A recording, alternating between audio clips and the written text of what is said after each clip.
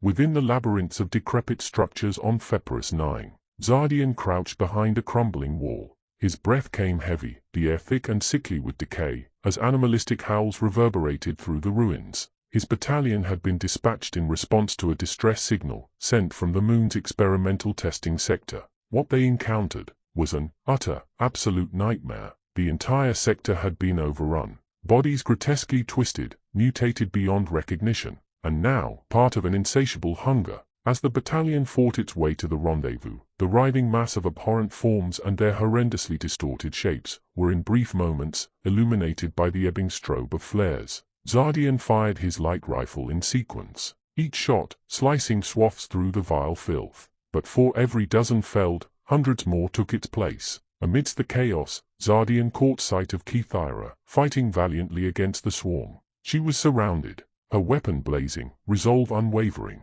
But it was clear she was losing. Xardion felt the full weight of his responsibility pressing on him. He was their leader, it was his duty to ensure their survival. He charged forward, intercepting a form mid-air as it leapt towards Pheperus, and with a swift, twisting motion, Xardion split the creature with a hard-light blade, leaving it in two disgusting, twitching, steaming pieces. However, the victory was short-lived. Countless more were closing distance rapidly. He grabbed Pheperus, throwing her behind him, just as a sharp pain pierced his side. Glancing down, he saw the tendril leading from an infection form that had embedded itself deep within his chest. With a fiery adrenaline, he ripped it away. But it was too late. A cold, sharp dread creeping into his mind, an icy, nauseating shiver pulsing throughout his body. He looked at his soldiers, and with calm in his voice, knowing that this was his last mission, he said stoically, "Uphold the mantle." As his battalion evacuated, escaping via the awaiting dreadnought now departing, Xardion turned to face the horde,